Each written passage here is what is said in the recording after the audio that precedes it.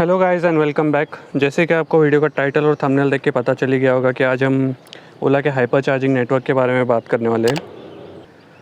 तो ओला ने जब अपने स्कूटर को लॉन्च किया था तभी भावेश अग्रवाल ने बताया था कि उनका जो नेटवर्क है वो 1 लाख चार्जर्स का होगा पूरे इंडिया के अंदर। वो 1 लाख चार्जर्स बनाने वाले हैं जो कि हाइपर चार्जर्स हो गए।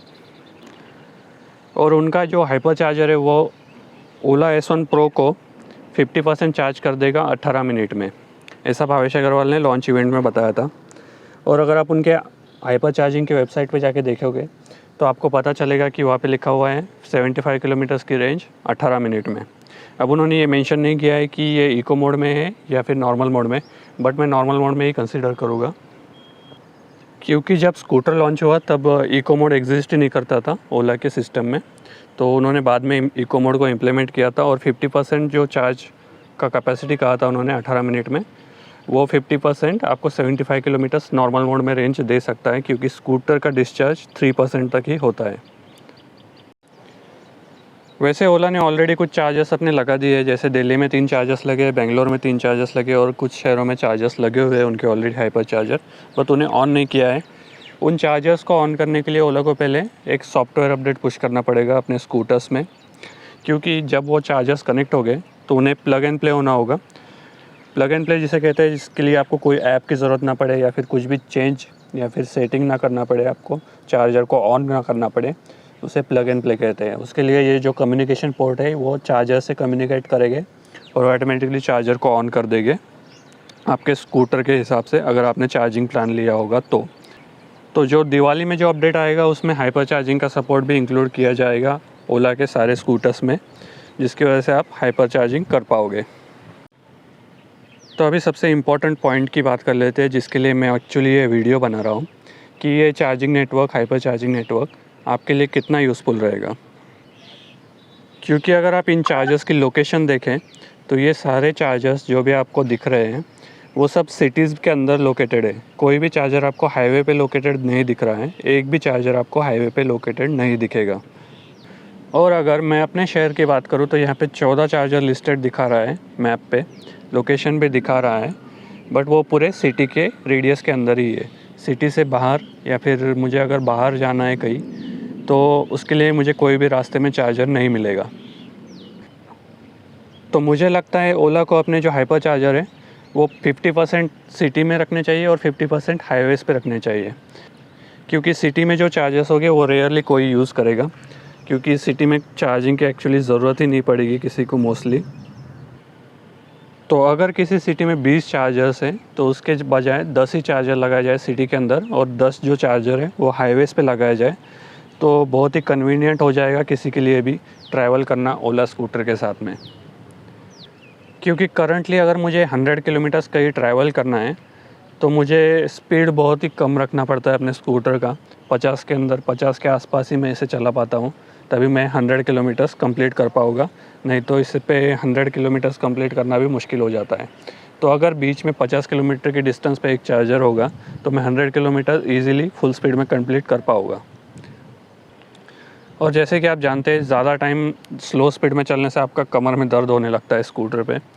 तो अगर स्पीड में चलोगे, आप बीच में ब्रेक ले लोगे चार्जिंग के लिए, तो आपके लिए भी अच्छा रहेगा, आपको कंफर्ट भी रहेगा राइड में और कोई प्रॉब्लम भी नहीं आएगा, जिससे आपका कन्वीनियंस बढ़ जाएगा एक तरह से।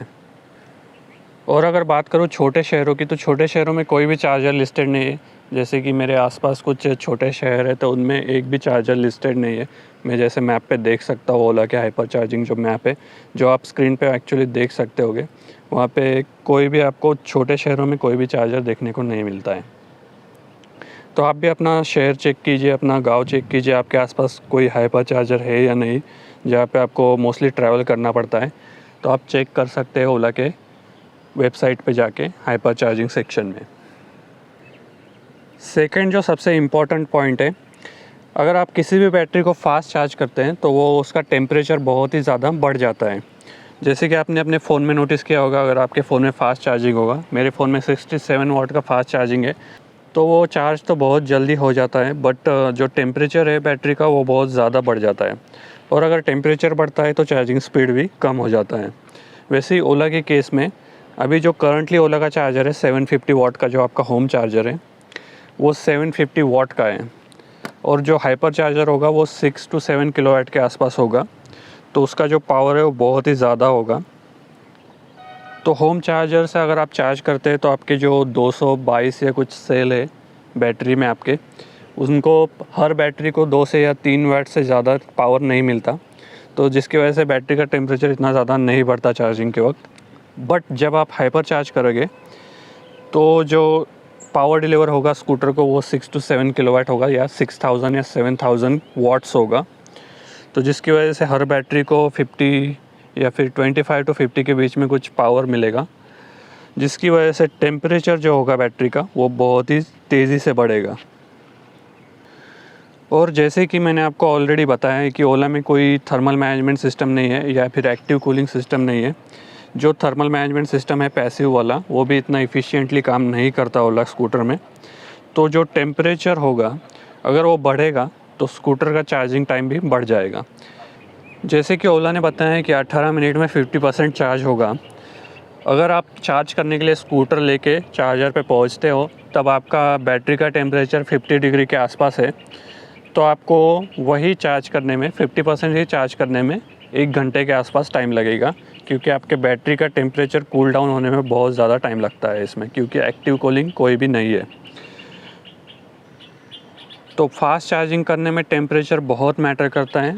अगर बैटरी का टेम्परेचर ज़्यादा होगा जब आप चार्जिंग स्टेशन पे पहुंचोगे तो आपको टाइम तो ज़्यादा ही लगने वाला है चार्ज करने में। और बैटरी का टेम्परेचर समर सीज़न में तो हमेशा ही ज़्यादा रहेगा। जब भी आप दिन में चलाओगे, रात में तो नहीं इतना प्रॉब्लम होगा, बट दिन में जब भी आप चलाओगे समर सीज़न में तो बैटरी का टेम्परेचर हमेशा से ही ज़्यादा रहेगा। तो समर सीज़न में आपको ये चार्जिंग स्पीड तो बिल्कुल नहीं मिल पाएगी। तो समर सीज़न में आपको बिल्कुल भी इतनी हाई स्पीड वाली चार्जिंग नहीं देखने को मिलेगी, क्योंकि बैटरी का जो टेम्परेचर है, जैसे कि आप ये देख सकते हैं अभी 25 है। अभी बाहर का टेम्परेचर भी 25 के आसपास ही होगा मेरे यहाँ पे, तो बैटरी का टेम्परेचर भी 25 है।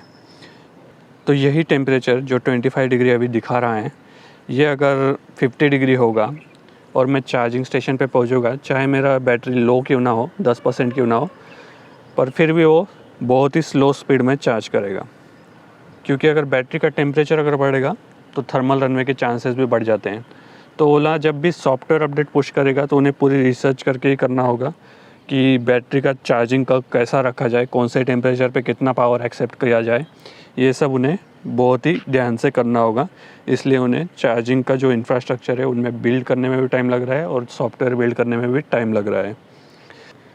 तो जब भी ओला का कोई हाइपर चार्जर मेरे आसपास ओपन हो जाएगा तो मैं आपको टेस्ट करके ज़रूर बताऊंगा कि इसका चार्जिंग स्पीड कैसा है, कम्युनिकेशन कैसे होता है और चार्जेस क्या हैं पर चार्ज के, ये भी मैं आपको ज़रूर बताऊंगा। वैसे जैसे मैंने आपको बताया कि लोकेशन जो है चार्जर्स की वो पूरी सिटीज़ में ही है, सिटीज़ तक ही लिमिटेड है। तो अगर हमें चेंज करना है तो हमें ओला को ये करना पड़ेगा, कमेंट करना पड़ेगा ओला पे या ट्वीट करके उन्हें बताना पड़ेगा कि चार्जर लोकेशन हमें हाईवेज़ पे ज़्यादा चाहिए, सिटीज़ में कोई भी यूज़ नहीं करेगा मोस्टली चार्जर।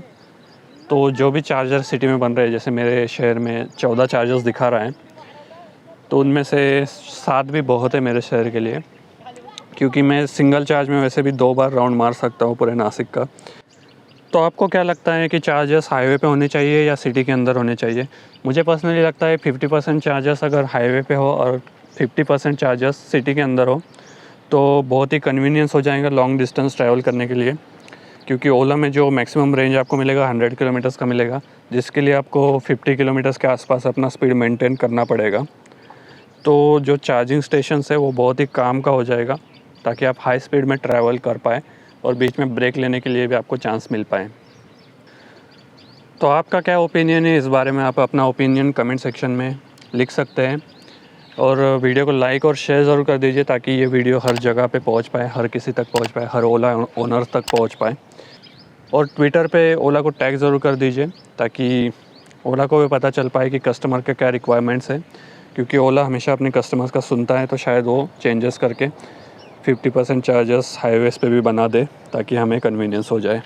तो इस वीडियो में बस इतना ही। अगर आपको वीडियो अच्छा लगा तो वीडियो को लाइक और शेयर ज़रूर कर दीजिए और चैनल को सब्सक्राइब करना बिल्कुल ही मत भूलिएगा, ताकि आपको आने वाली वीडियोस का अपडेट मिलता रहे। तो इस वीडियो में बस इतना ही, मिलते हैं अगले वीडियो में।